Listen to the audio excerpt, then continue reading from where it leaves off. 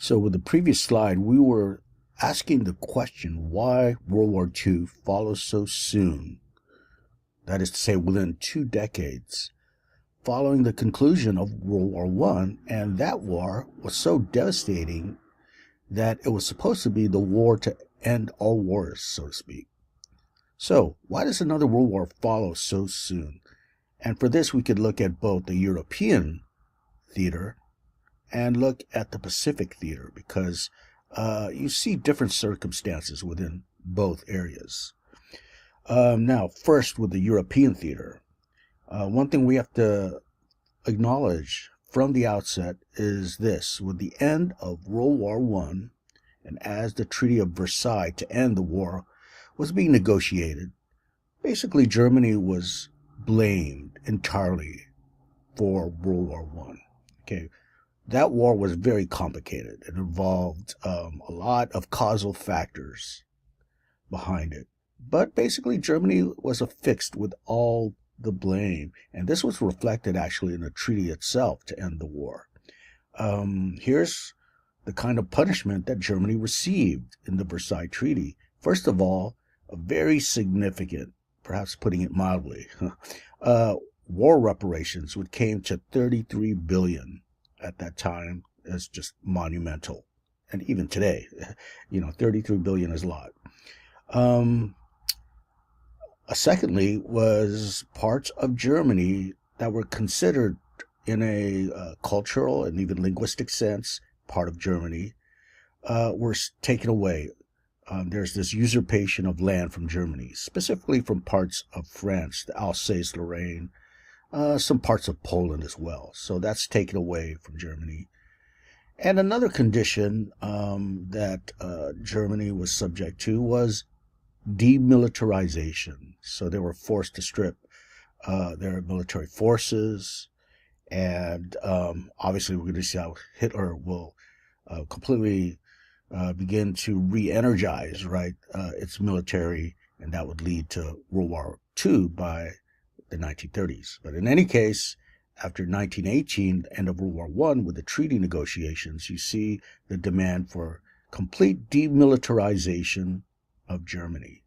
Now, interestingly enough, Germany argued that even before the war's end, that Germany, their government, the German government, was suing for peace, even when Germany wasn't technically losing. Okay? You can't say this is like World War II when, for example, definitely the Nazi regime was losing, right, because of Allied advance into Berlin and everything. Or in the Pacific theater with the dropping of the atomic bombs. Of course, Japan lost the war. But was that a similar case? Do we see striking parallels with that and Germany during World War I? According to Germans and diplomats then that were negotiating during this treaty, no. They said they weren't technically losing the war, but they still were suing for peace. In fact, most of the wars were fought outside of Germany, not within.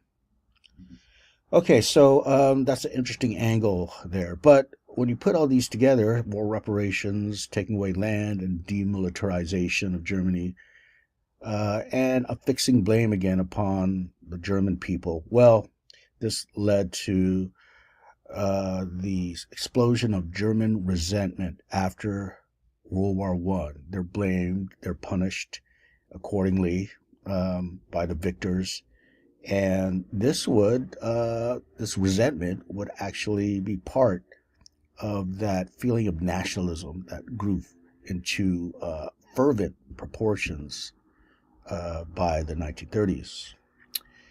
Okay, another thing was the Great Depression. Now, we have to remember that in our history, the United States, we have this episode of the Great Depression during the 1930s, late 20s into the 30s, throughout the 30s.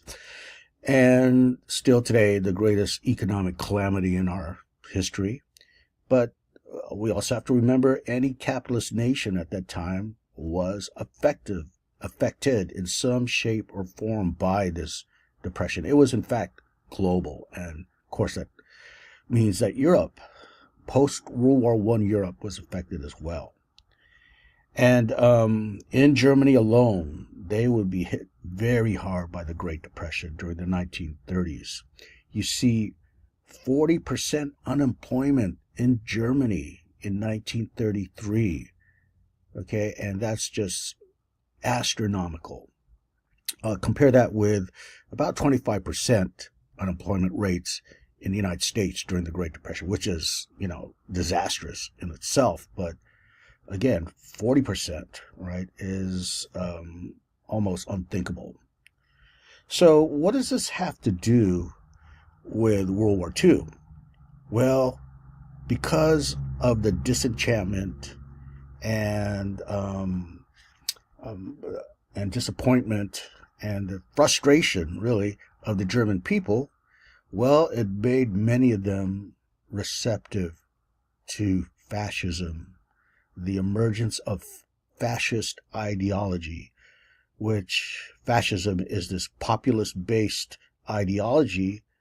And, many of the leaders in Germany, and I'm speaking about, the Nazi political party, they're going to take advantage of the suffering of the commoners in Germany to spread their propaganda and to, propagate this message that Hitler and the Nazi Party are going to save Germany and alleviate the suffering amongst the masses.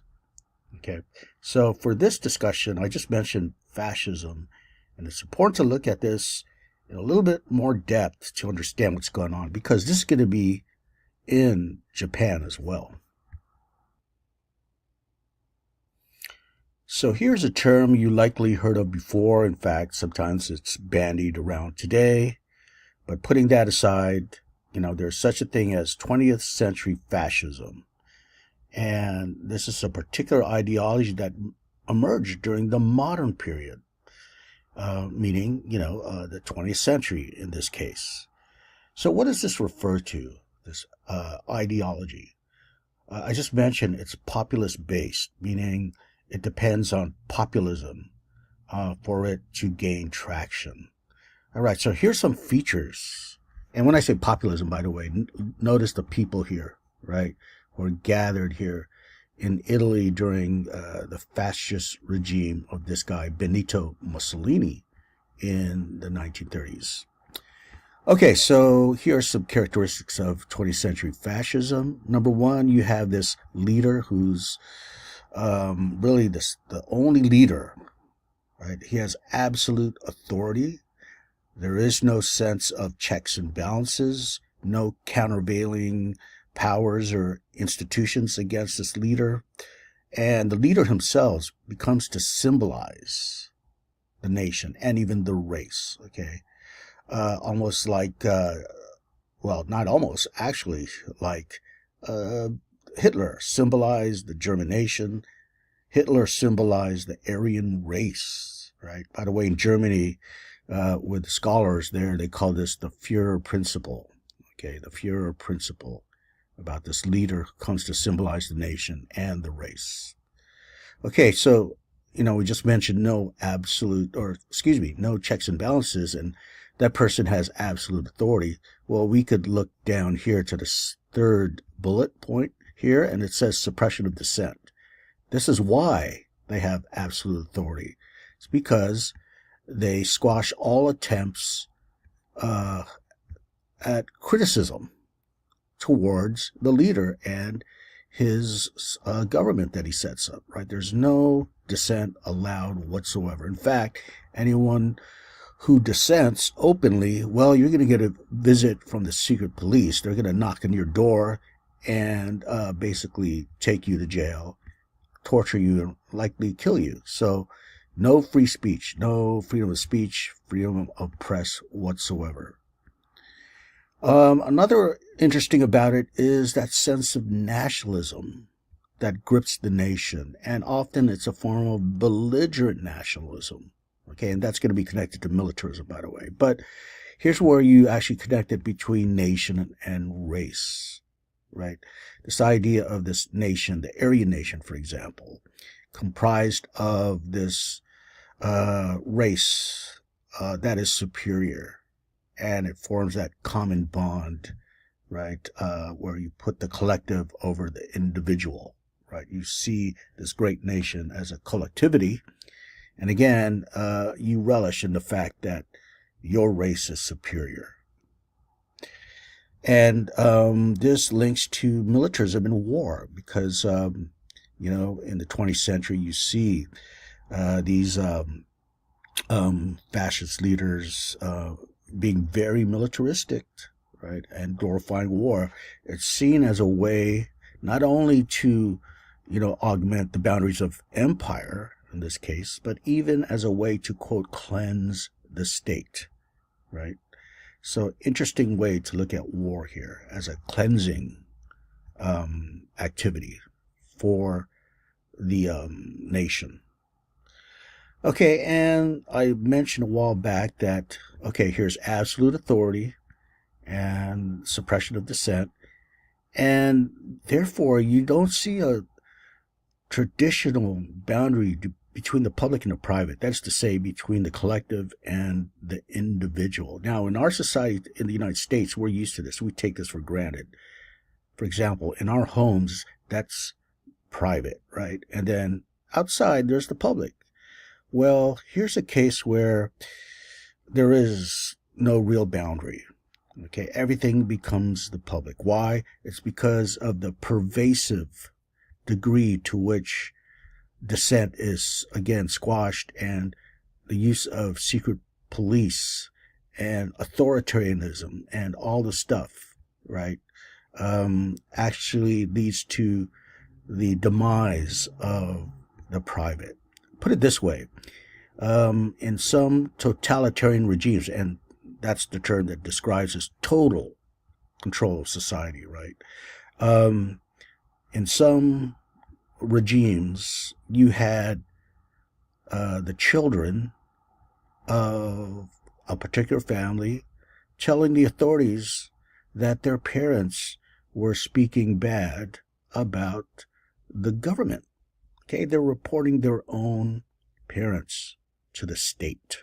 So what does that tell you?